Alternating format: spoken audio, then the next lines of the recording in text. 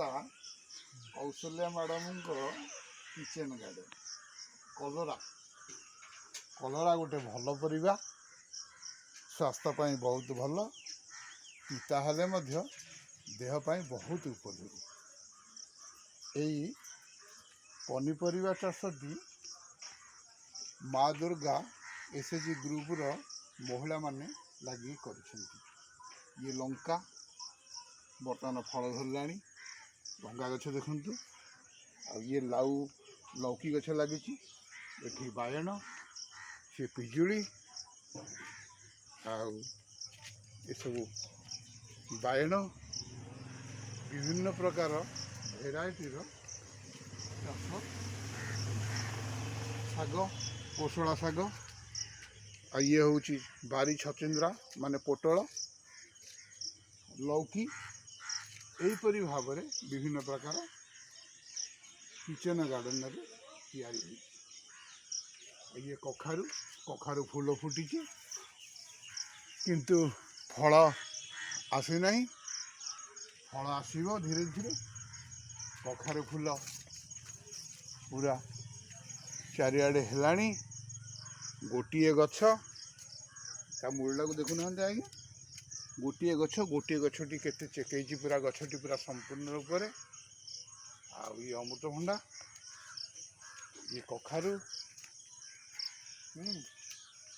ଅଦିନରେ ପାଳଙ୍ଗ ଲଗିଆ ହେଇଥିଲା, ତଥାପି କିଛିଟା ଗଛ ଉଠିଛି।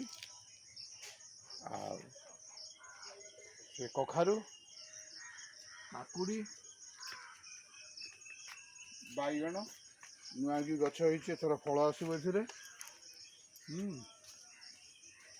ଆଉ ଇଏ ହେଲା ବାରି ପୋଟଳ ଛଚିନ୍ଦ୍ରା, ଶାଗ ଦେଖନ୍ତୁ ଆଜ୍ଞା, ବହୁତ ପରିଶ୍ରମ କରି ଖରା ଦିନରେ ପାଣି ବୋହି ବୋହି ଆଣି ଦେଇ ଏ ପଟାଳିଟି ତିଆରି କରାଯାଇଛି।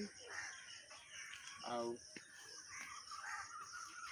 ସିଏ ଜହ୍ନି, ଆଉ ସେପଟଟା ହେଉଛି ଲୌକି, ଆଉ ସେପଟେ ମଧ୍ୟ ବାଇଗଣ, ଆଉ ବାଇଗଣ ତଳି ମଧ୍ୟ ସେଇଠି ପଡ଼ିଛି।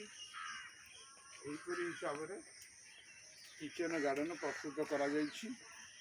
ତାକୁ ସମ୍ପୂର୍ଣ୍ଣ ରୂପେ କରିଛନ୍ତି ଏସ୍ଏଚ୍ଜି ଗ୍ରୁପ୍, ମା ଦୁର୍ଗା ଏସ୍ଏଚ୍ଜି ଗ୍ରୁପ୍ର ମହିଳାମାନେ ବାଳେଇ।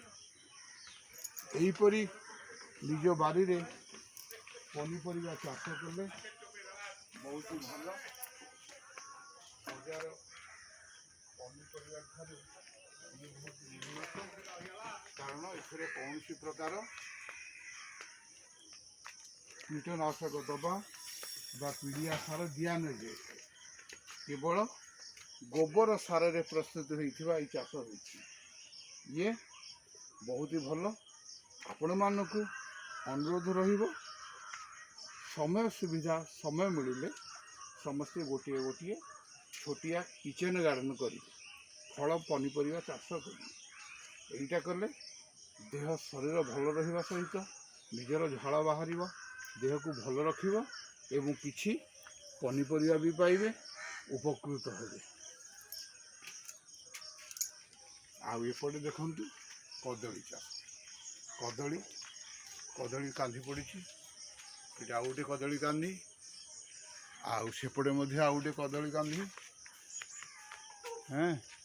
କଦଳୀ କାନ୍ଧିକ ଉପରେ କାନ୍ଧି ବହୁତ ପଡ଼ିଛି। ଆଉ ଏହା ମଧ୍ୟ ବହୁତ ଉପଯୋଗୀ ଶରୀର ପାଇଁ।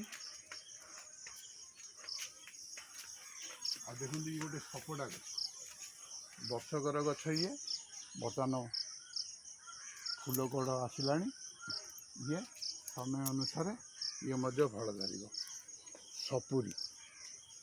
ସପୁରୀ ସିଏ ତାର ମର୍ଯ୍ୟାଦା ରଖିବା ପାଇଁ ତା ଛୁଆଟି ସେ ଦେଇଦେଇଛି। ଗୋଟିଏ ସପୁରୀ, ଗୋଟିଏ ଛୁଆ, ଗୋଟିଏ ଫଳ, ମାନେ ଗୋଟିଏ ଫଳ।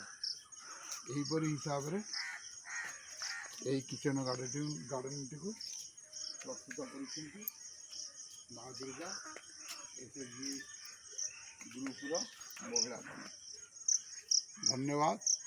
ଆପଣମାନେ ବହୁତ ମାତ୍ରାରେ ଏହି ମା ଦୁର୍ଗା ଏସ୍ଏଚ୍ଜି ଗ୍ରୁପ୍ର ମହିଳାମାନଙ୍କୁ ये करिया पाई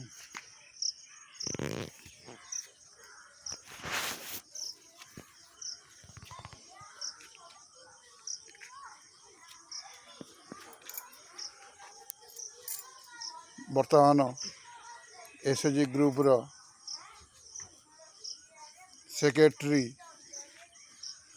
कौशल्या मैडम को तत्वावधान रे चाषर उन्नति पाई बछा बछी काम करुछंती।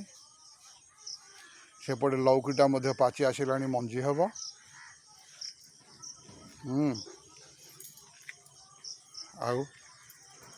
आकु ए जिनिस को ए पनीपरिया चाष को एसएचजी ग्रुप रो महिला मानकर उत्साह पाई आपण लाइक करिवे, शेयर करिवे, सब्सक्राइब करिवे। धन्यवाद, नमस्कार।